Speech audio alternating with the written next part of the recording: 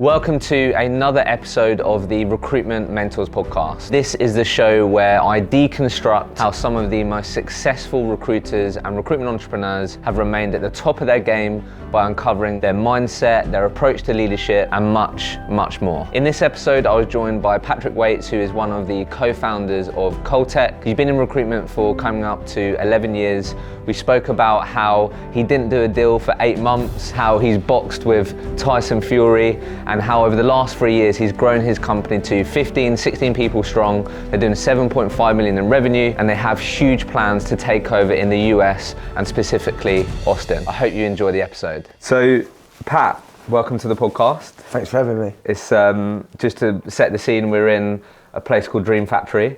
It's a really cool place. It is really nice. I was actually surprised when I come downstairs. No, I'm glad. Yeah. Hopefully this can become part of the experience, but I haven't done a face-to-face podcast for a while, so might be a bit rusty. No, it's my first time as well. We'll help each other. Let's have some fun, mate. So I guess where I always like to start on this podcast is just to ask a £1 million question, and I'm sure a question that you've thought a lot about when hiring for your own recruitment business, but I guess I'd love to find out from you what you sort of deem the characteristics and traits that make up like a highly successful recruitment consultant in today's market. It's a really interesting question because there's so many facets or different things that work. So different people have different ways of working that are better for them than someone else. However, like the be all and end all is just you've got to be like a driven person who's got like just a target that they want to hit with financially, within their own life, career, like progression. Have someone who's always looking forward. Yeah. So you've always got you've got to be driven and have something that you're aiming for. And then in today's market, I think the ways of working are changing slightly from maybe a more traditional or old school approach of phone always works obviously in phone bashing and things, but it's much more about being able to build a solution for a client than offering transactional recruitment. Sure. I think that the days of bums on seats or giving people a CV and sending CVs to clients and hoping for the best, they're dying out now anyway, I believe. And I think within the next 3 or 4 years, you'll see a complete change in all businesses. We've gone on that journey ourselves, of being much more of a staffing solutions partner rather than a transactional consultant. So I think in the modern market, having the ability to be able to work with a client and talk to them about solutions rather than people, that makes sense. Yeah, for sure. That's really important, and just to be all and end all, you've got to be driven. Did you always have that drive, do you think, yourself? Yeah, I think historically, I've always wanted to do better at what I'm doing, or always looking forward, basically. So whether it be like with the boxing when I was younger, having the target, I want to get on the England squad or whatever it is, or I want to box for England, or I want to win this title, and that was very much obviously an individual, obviously a part of a club or a team, but it's an individual drive that you've got to be able to do that yourself. In recruitment, I've always had ambition to do more than what I have been. So I'd say I'm quite a driven person. Yeah. Where do you think that came from, though? Because I'm sure that's what you're looking for in other people. Yeah. But do you think did your parents play a part in that as you're growing up, or? Yeah. So my mum massively. My dad as well, obviously, but my mum's always worked really, really hard. I think she had me when she was like 18, so really? She was a young mum. Yeah. And she's ended up doing pretty well from tower blocking, North Woolwich to being where we are now. She's had that drive herself, so I've seen that. And then just everyone in my family, my uncles, my aunts, my cousins have all have all done pretty well.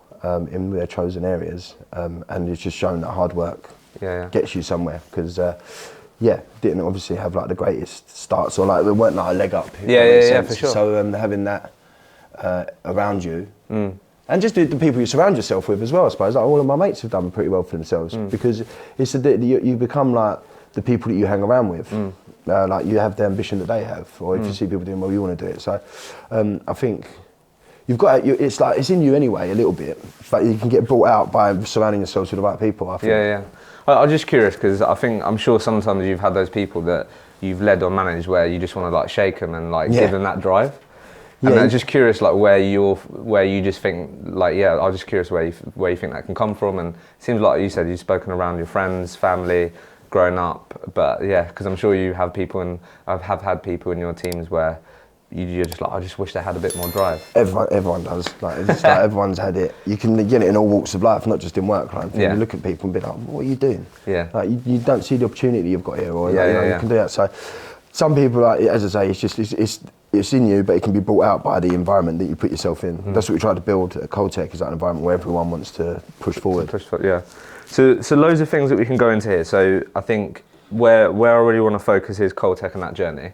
But before we do, I'd love to just hear a bit. There's always typically a story as to how someone got into recruitment. As you mentioned, you was really into your boxing before. So I guess tell us a bit about, one, how you got into recruitment, and then two, how you feel like the boxing side of things maybe gave you that competitive edge, or gave you those traits or things that you've been working on in a sports environment and then in a commercial professional environment.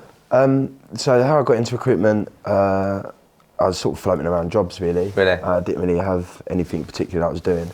And then I bumped into my mate Martin Badu, shout out Badeezy, and he said, "Oh yeah, like, I've started working at this company, Synergy, and they're looking for people. Like, do you want a job?" I was like, "Yeah, I need one." So why not? So I went for the interview, bumbled my way through, got in, and then it was more of like just I needed a job really. Like, they weren't like, "Oh yeah, I love the idea of recruitment." It was just like, it sounded like something I could do, like talking to people.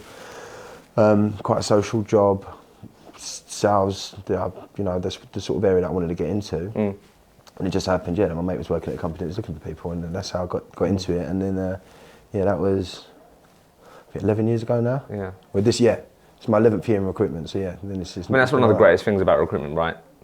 It's just low barrier of entry. Do you know what I mean? Yeah. If you want a job, you can probably get one. There's pros and cons. There's pros and cons to that, but I think, what you've then been able to build for yourself. Yeah, so with that, it is very much like, if you want it, you can go and get it. Like, more so than a lot of other industries or careers or jobs. Like, if you actually want something and you set a target, like I said, if you've got that drive, and you're in an environment that brings it out of you, or gives you a pathway to get to where you want to get, then the sky's the limit. Yeah. So it's done all right. Like, I've done reasonably. Like, I'm happy with my career so far, and I'm really excited about where it's going. With regards to like the boxing, I suppose what that has been really good for me, and anyone who's done sports, right, or done some sort of not even sport, but something where they've had to dedicate themselves to get to earn something or to achieve. Yeah.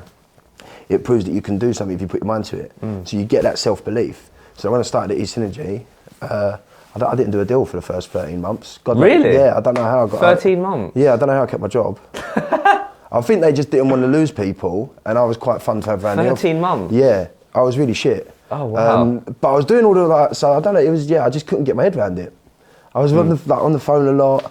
Yeah, I think I must still hold the record. No, sorry, that's a lie. Right, it weren't 30 months. It took me 30 months to get from trainee to consultant. Right. That's definitely still a record. It was 8 months. Got you. And to get your first promotion. To get my first deal was 8 months. Right. And that was, it turns out, ironically, I've done a resource deal for Matt, who's my business partner. Right. And it was for a tester who then left 2 weeks in. So we always talk about that. So just quickly, I know, because that's quite a common thing, isn't it? Like a proper classic thing that people would look for is, they come from a sports background and these things. And as you said, I think it's that self-confidence, that they put their mind to something, they haven't given up, competitive environment, all these things. I have to ask you, like, I watched that video of you sparring Tyson Fury. Yeah. He just looked humongous compared to you. So I'm not like a small bloke. What am I, like 6'1"?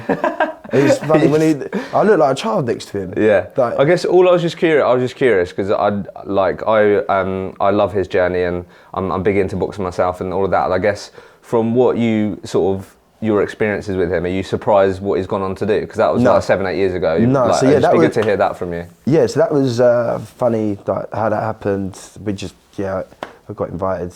One of my mates is mates with him. Okay. And then he invited us to go into the gym, and then we were just there training whilst he was there. And he weren't really a spy, he was just sort of just holding his hands up, like, just walks around like. But no, like in terms of what he's gone on to do, so that's two answers to that question. Did I always think that he'd be like heavyweight champion? And like 100%. Really? There's no doubt in my mind that I've said that from forever. I think anyone in boxing who's ever seen him said that he's got the attributes to be able to go on and do that.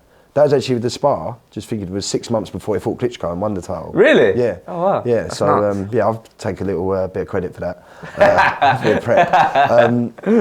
But no, see, you, like in terms of that, his like the skills, attributes, everything about him, you always knew that he'd go on and do that. Yeah. In terms of what he's gone on to do, from winning, falling down, all the addiction issues, like mental health issues and so on, and then risen to where he is now and being like someone that everyone can sort of look up to. No, I don't. What he's done is just incredible, and it does show that I say, if you do have a drive or an ambition or something, and no matter what position you're in, you can achieve it. And he's just, to me, he's just amazing. Like what he's gone on to do is just. It's a great like you said, fall down and then rise up story. Yeah. And everyone can point to that and go, he was in the position I was. Yeah. And look at him now, sort of thing. Yeah, right? he's top of the world. He's like, just the hats off to him. Like, he's just like a great man. Like what he's done, it's fantastic. So I have to ask you then, because this has come up a few times, right? Why didn't you quit then? If it took you that long to do your first deal? Because I needed a job. Why didn't you quit? If I quit, no one's going to hire me. I think those are the only people that would have me. So what can you get your head around? What can you like? So people could relate to this. No, it was like come in right. This is say like 10, 11 years ago. Yeah. Come in right, get X amount of managers' names a day, do this amount of time on the phone, get these leads. So I was like doing that, but I didn't know what I had to do with that. Information. I'm getting all these managers. Well, I didn't know you had to then ring them up and pitch them. Well, I did know that, but it's just, I don't know, for some reason, it didn't click. And then, so I'd done that deal, then that fell out in 2 weeks, so, and then it took me a little while. I started working again with a guy called Gus, who really helped me. He owns a company called Technova now, he's done amazingly well, but he really helped me, like just resourcing with him and that stuff. Done a couple of deals, and then it weren't until the owner of East Energy Siri took me under his wing and really sort of helped me. Spent some time with me, mentored me, like showed me, like helped me out, got me into a couple of accounts and showed me how to build them. That I then went from not doing any deals to bidding really, really well and then becoming a top biller within like 18 months of that. So people listening then that might be going through that right now in terms of they're doing the right things, they're putting in volume of activity, they've got the work ethic, like what would your advice be? There's got to be a breakdown somewhere. That's the, like, so if you're doing all these things, like the volume of work, like you're adding managers, you're getting needed, there's got to be something that for whatever reason isn't clicking. You've got to try and have, and as I say, I was lucky enough that I had Siri take me under his wing and helped bring out the attributes missing I parts, had. Help bring that out of me. So you have to be working with someone who can help you do that.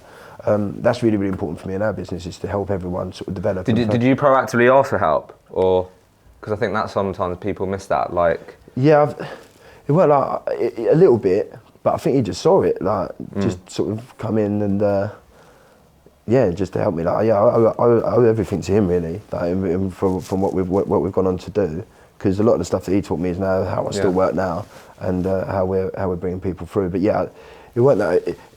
You need to ask for help. I don't know if I can't really remember if I necessarily was like, help me, but like, there was like obviously a conversation like, what the F are you doing? Like, what are you doing differently to me? What am I missing? Yeah, and then all of a sudden you just went bang, and then we went from 0 billings to like 18 grand a week GP, and in quite so quick. I guess what people would want to know just on this, and then we'll go into Coltech.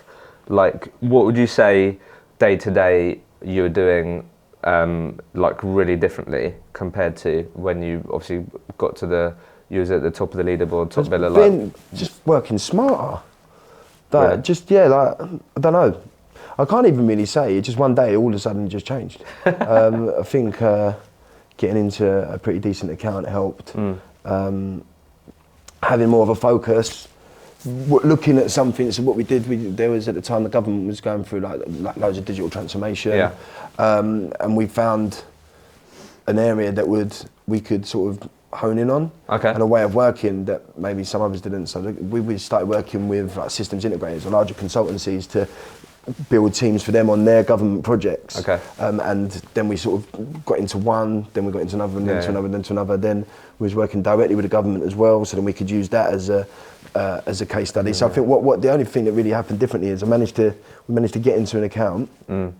And then use that experience to go around and pitch other people and sell that same solution. And again, this was like solution selling back like 8 years ago, 7 years ago, like when it weren't really as much of a thing, it was more transactional. And we was going in and pitching, building teams, like, you know, digital transformation, helping deliver outcomes rather than deliver people. Then that's, once I sort of changed tack into that, not just me, everyone around, everyone in these synergies just went boom, boom, boom, boom, boom, like, and then like 10k a week GP become like that's the standard that you got to meet. And then again, then you're in an environment where everyone's doing these numbers, so you feel shit if you're not. Not that you are, but like you feel like, well, I've got to get there. So then it drives you on, and then everyone's like, if you're in a highly successful environment, then everyone drives each other on, and that's probably what changed from having like 1 or 2 people leading the way to then having like 5, 6, 7, 8 people all putting in like decent numbers every month, and then obviously we was having a good time with it as well. So what do you think sort of recruitment's given you that maybe you least expected then?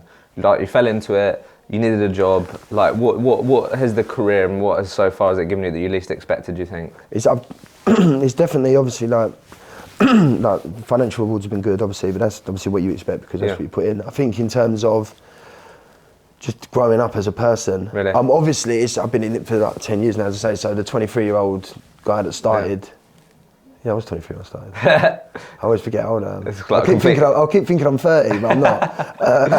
I said that anyway. That's a different story. So obviously who you are is completely different. The person I am is completely different. But just having now, obviously, where we own a company.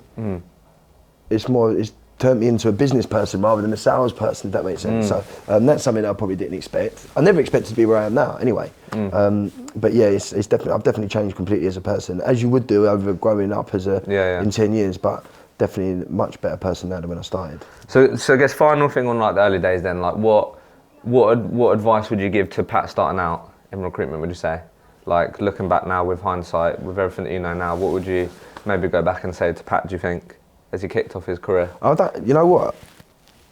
Try and do a deal. Quickly. Quickly, mate. Pull your finger out in that one. But I don't know if I'd change much. Okay. Like genuinely, obviously going through that hard spell at the beginning helped me know that it's not always going to be good.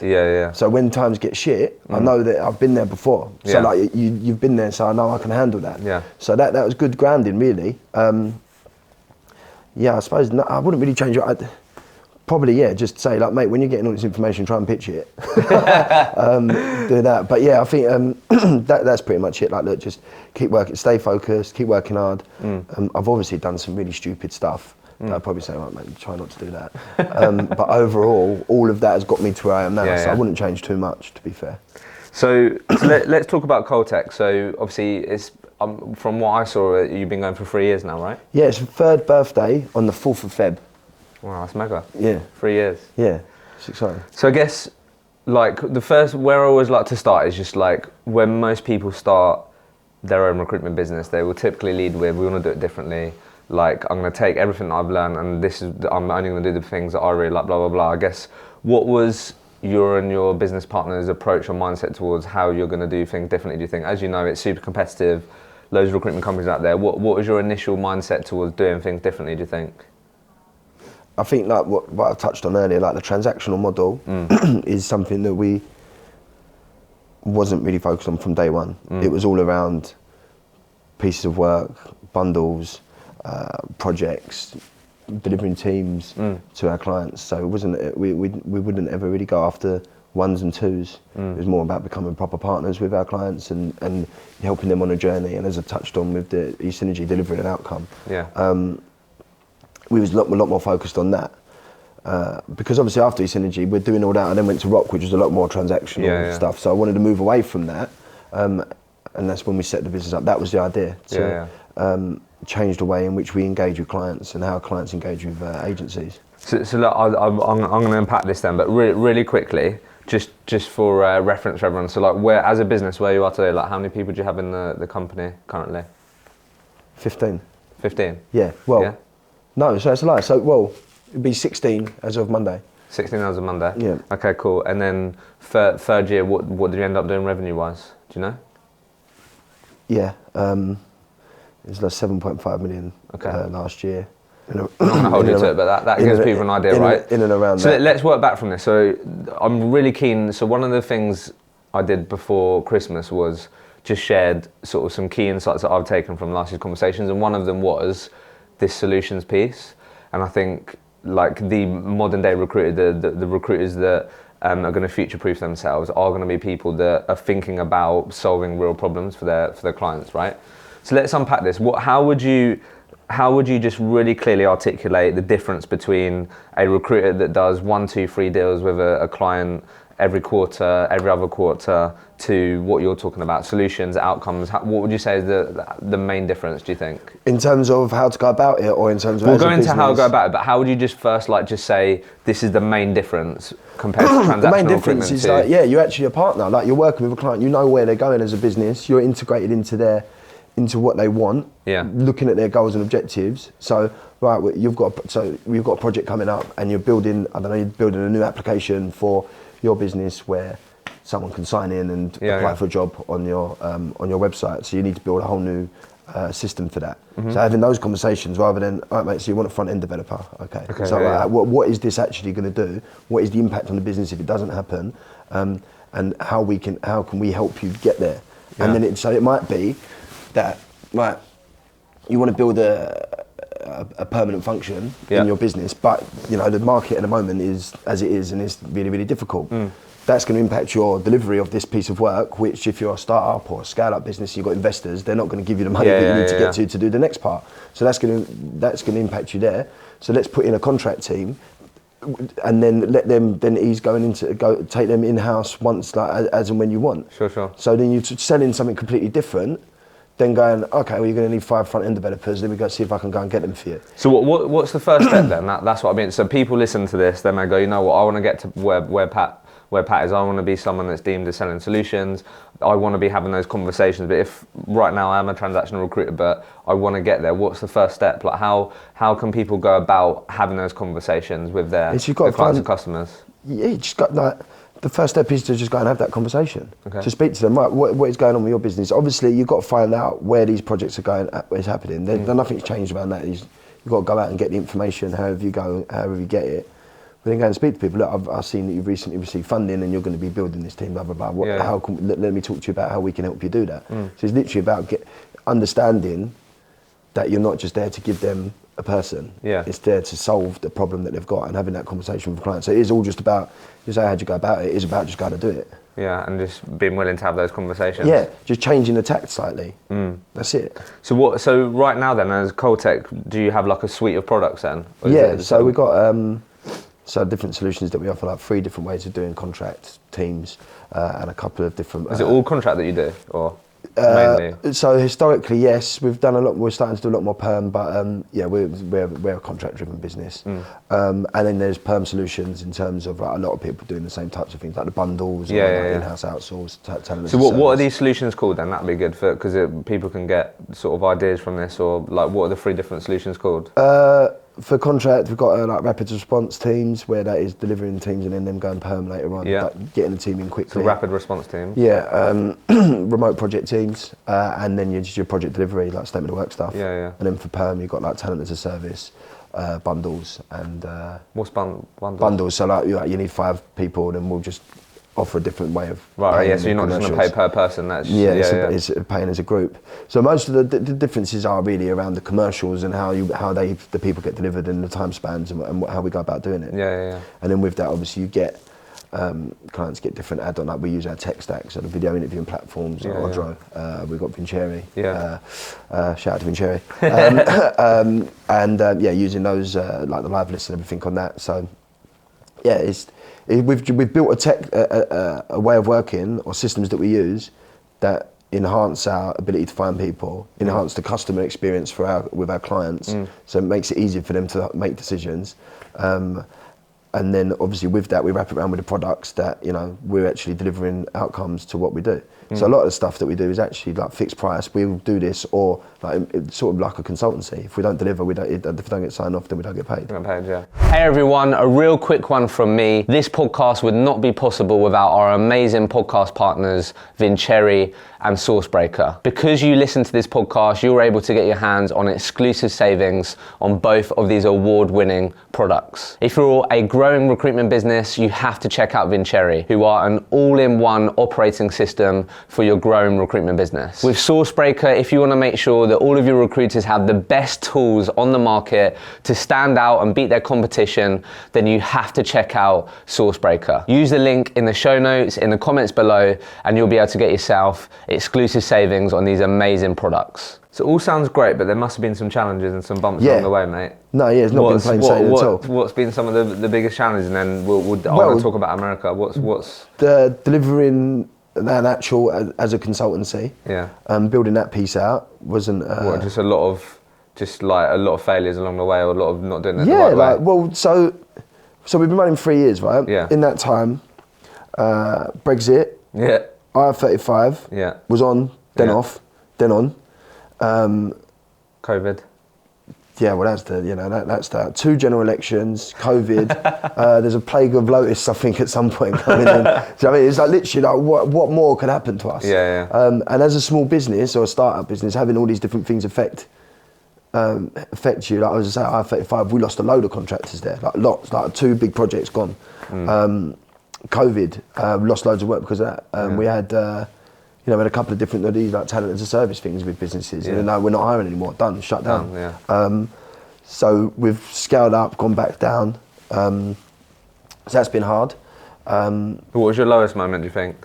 Getting a phone call, one after, well, we had like 20 odd people working at a client, they're all gone.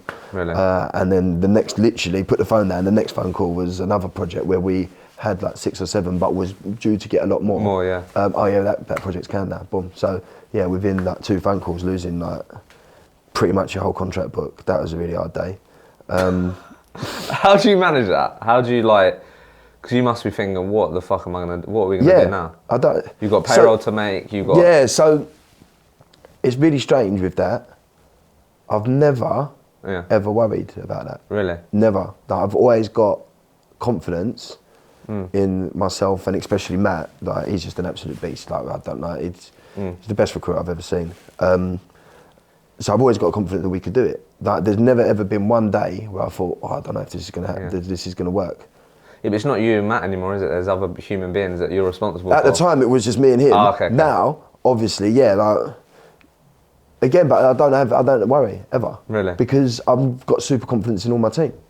That I just did, as I say, I didn't do a deal for 13 months, for 8 months before. So I've seen hard times. I've lost my contract book 4 or 5 times during my career. That it's gone from being a lot down to the bottom. So I've seen it happen. It's not always been great for me. So I think those hard times have kept me you can never ever get too hyped on your own shit when you're doing well, or too down. You've got to just try and stay right, let's just keep going, because there's always you're always trying to get somewhere. So before we talk about America, in your view, what contract recruiters listen to this, what do they need to master? What do they need to get really good at that you think? So offering a client a solution. It's just it. They have to learn how to offer a client an actual solution that is going to why is that so crucial then? Because that's the value add that we have. And if you don't position yourself that way, the transactional side of recruitment, in my mind, in my opinion, is dying. And that it goes through cycles. So those people that are just going to be ring up, that will always work. You'll always make some money. But if you want to develop and grow and do really well, you've got to learn how to actually offer a client a solution to their issues. Where's the problem? What outcome you're getting to? All right, cool. Let's build a team to help you do that. It's all about that's my opinion anyway. What do you think the skills that surround that though, that maybe people need to work on or are going to have to improve to? It's all about having business conversations. With the right people, targeting the right type of people. And having business conversations, not people conversations. That makes sense. Yeah, no, I get what you mean. Yeah. So that's where I think more consultative approach. ringing up, specking CVs and everything else will always work to an extent. Yeah. But you want to, for me, it's much more important or much better way of working to have 5 clients where you've got building teams for them and projects than having 100 clients where you've got 1 person. Because it just makes more business sense for you. Like, it makes more sense to do it that way. When did America come on the agenda? There's another... when did that start, that journey? Yeah, that's another up and down. Let's talk about it. When did you start thinking? About 2 months into setting up. Really? We started doing all right in England, and Matt was doing really well. And I was like, well, look, we want to eventually go to America, so let's just do it now. Okay. And Matt listened, like, just said, if you want to do it, do it. So I said, all right, cool, we'll do it. So I started working the hours on my own. But then what were the hours? What would you do? I'd do like 12 till 10 at first. Yeah. And then my missus got pregnant. Yeah. So it wasn't really like... that wasn't working? It wouldn't really work. She was heavily pregnant and me working all night and so on and so forth. So, yeah, of course. And we'd moved back to my mum's and we started the business because obviously we needed money. So I rented my house out, moved back to my parents. So it's just a lot. So then we parked it, carried on building the UK stuff, and then I think August last year, it was like, right, cool, let's do this properly. Let's give it a real crack. Let's give it a go. We'd set up an infrastructure now because obviously I tried to run before I could walk really with the American stuff originally, but then as the business grew and we started hiring people, we had people in positions, it made more sense to then be able to do it. So we started that in August this year, decided on Austin as the location. Why did you decide on that? It's just a tech hub for the US. So many startups, a lot of good technology businesses. It just has become like one of the go-to places in America for technology. So we started on that, decided on there. So then, what was the strategy? How were you going to crack into this market? You know what? We went a different way about it. I was obviously a big fan of your podcast, and I just thought, you know what? Let's do much more community-led approach. So what was the first step with that? I went on meetup.com. Okay. Found that we wanted to focus on a specific area, specific type of technology, that specific type of business. So it was like fintech and insurtech. Okay. Went on meetup.com and found all different meetup groups or event groups that was in the area. Contacted the organisers, spoke to them about, we'll come to Austin, we'd love to sponsor, co-organise, help you run some events. Was that the outreach? Was it, hey, this is what we do, would love to help or support in some way? Yeah. So look, we've come to Austin and we focus on this sector. And really, really keen to be part and embed ourselves within the community. And how's that received? Really well. Really? Really well, yeah. So then managed to start co-organising and sponsoring a few events, which then led to speaking on within the forum on meetup.com, and then people saying I would like to have this person or this person do a talk, or helping organise roundtables. I went out to Austin and done a panel meetup there. Then that developed into I would like to hear from this person, so I then contacted them and said that people in my group would like to hear from you. So we started the podcast, the Austin Tech Leaders. And then from there started building up a name within the area, and then people just gravitated towards us and were happy to work with us because they'd seen what we're doing there. So what's the key, how did you do that in an authentic way? Because I think people can be very aware of just your recruitment breath, can't they? Is he just doing this just so you can try to get on to the how did you make sure because it was authentic. Simply that it come across authentic because it was. I genuinely weren't asking for anything. I weren't saying, oh look, if we do this, can you give us some work? Or oh, by the way, I've got this CV here. No, it was, we're doing it because we actually genuinely want to be a part of this and get, obviously the conversation was look, we're just going to get our name out there. That's just, be on the objective. We know we want to get our name out there, but we also want to be part of learn more about the area, find out more about the people, what makes the companies tick, what's actually going on. Again, have those business conversations. And then it was authentic. It wasn't disguised. Do that. So what about the commercials then? How did that end up playing out? Did people, because you weren't expecting anything, people actually said, you know what, Pat, what do you guys do? Can you help? Is that how it played exactly out? that. So we're talking, and then obviously through conversation, Yeah. oh, we're growing, or we're doing this. Then they go, oh, well, Tell us more about that. You know, I can help you with that, right? Yeah, oh, yeah. Can you? Oh, brilliant. Well, let's have that comment, and then that's it, and then do a good job. And now we're working exclusively with, as partners, and doing all these deals with quite a few businesses out there now. So it's worked really, really well, and the team go out and do that now. Really? So everyone that's working with us in America has now got their own sort of meet up or community groups that they're running. Yeah. So and that's how we're going about it. So what would you? So people listen to this and that would love the opportunity to start something like that. What would your advice be to them? Do you think, if they were like, you know what, find something you actually care about. Okay. Like, so I actually am interested in that sector. Yeah. And it's really like, I'm quite into it. So find something that you're interested in, and actually don't do it if you're actually just doing it to get money at the end of it. Right? It's not. That's not the. It's weird. That is the goal. Yeah, but if that's the only reason. If that's you're only doing it because you're going to try and then don't bother. Just go back, try something else, because it's going to come. Yeah, it's going to come across and say they're going to smell your recruitment breath or whatever, and they're not going to. It's not authentic. You have to be authentic about it. You have to actually do it. Like a lot of companies work in this way. A lot of companies don't, because it doesn't suit what they want, how they want to go about it. So don't do something just because you think it's. I've heard they do that. So that's a good idea. It's got to be what you actually believe in. Mm-hmm. So what's been some of the key differences, do you think, that you picked up on so far on like doing the UK Europe markets that you've done in the past to US? To the US, any differences? It's fairly similar. Okay. Obviously, there's a lot more. It's a lot bigger place. So there's a lot more work.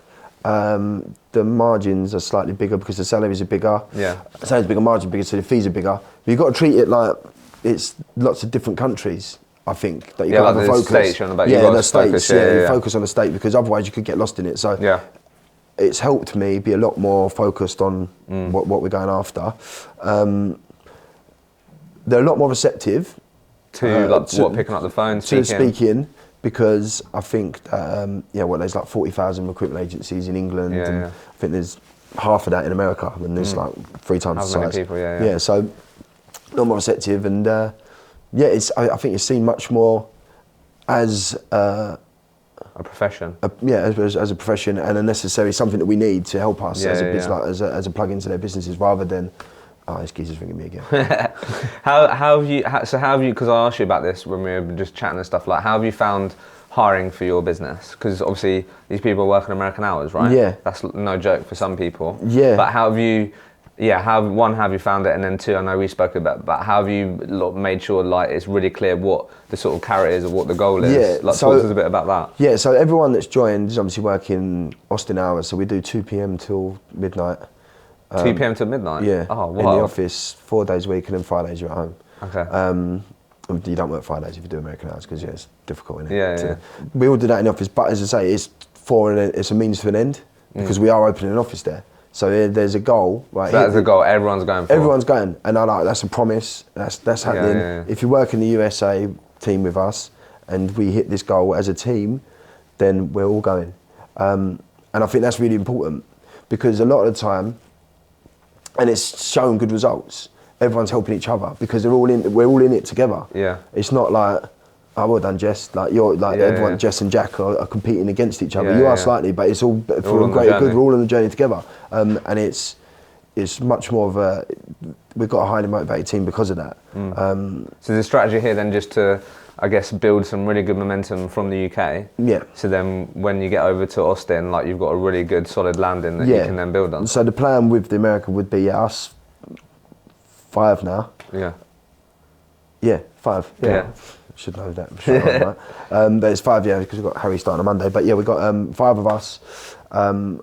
Will be the core team. Yeah. All working together now, learning a bit about it, because it's very difficult. You couldn't just go, right, cool, we're going to go and start open an office out there. And then pick out. So you've got to sort of learn the ways of working, make sure that we can actually do it. Sure. Get that core team, pick them up, go over to Austin, and then from there we'll hire from America, within locally, and then build a team from there. But we've got the core from us that have been working in the UK office. So that's the plan. Hopefully, and then when you're hoping to have that? Well, we'll be there this time next year. Really? Yeah, there's no doubt in my mind. Are you going to take your family over there? So this is the What are you currently trying to? We're working out. No. So we're going to go. Obviously, we got a young 18-month-year-old in it. Yeah. So we're going to go. The plan is, me, my partner, and the baby will go out there for a year at least, and then see how we get on. Yeah. And if we love it, we'll stay. If not, we'll come back, and then we'll open up another, and then I'll get a different job. I'll open up a different office. How have you found like the whole visa situation and stuff? Because I know we've started to go through that process. Is it as difficult as sometimes people may think, or has it been pretty straightforward so far? Or we haven't had any issues. We've got a really good lawyer to help us with that. Obviously, it's taken slightly more time because of everything that's been going on. Yeah. But yeah, as long as you ain't not done anything dodgy, you should be all right. Yeah. But yeah, we haven't had any issues with it yet. Touch wood. But yeah, we're starting that process. I'm sure some stuff will come up further down the line. So what's as we come to the end then? What's top of mind this year then? Like what are the main things that you and your business partner are really focusing on, making sure that you and the team are really keeping a close eye on, and making sure you're performing in the key areas? Like what's going to be really key to you guys getting over there? I think it's to get to America, or I suppose we're not just all about America. We've obviously got the European and UK stuff. Well, just as a business, what's top of mind? Yeah, so it's to continue selling these solutions and being known as a solution provider rather than a recruitment business.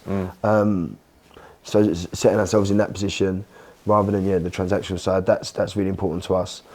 We want to double the business in terms of everything: profit, revenue, headcount. We want to do that. Obviously, getting out to America.